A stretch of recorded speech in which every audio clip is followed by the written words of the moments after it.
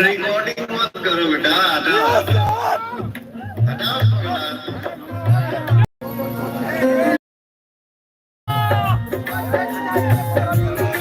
जैसे कि आप लोगों ने अगर मेरा पिछला वीडियो देखा होगा तो आप लोगों को पता होगा कि आज पवन सिंह के चचेरे भाई यानी कि अजीत सिंह जो उनके चाचा हैं और गुरु भी रह चुके हैं, उन्हीं के बेटे बड़क सिंह की शादी थी। और जैसा कि अनुमान लगाया जा रहा था कि पावर स्टार पवन सिंह पहुंचेंगे, लेकिन वैसा हुआ नहीं, पवन सिंह नहीं पहुंच पाए आज भी, क्योंकि रात तो आप देख ही रहे थे कि पवन सिंह का बहुत बड़ा कंसर्ट था, प्रोग्राम था टी सीरीज का, और उसमें यूट्यूब के बड़े बड़े लोग आए थे।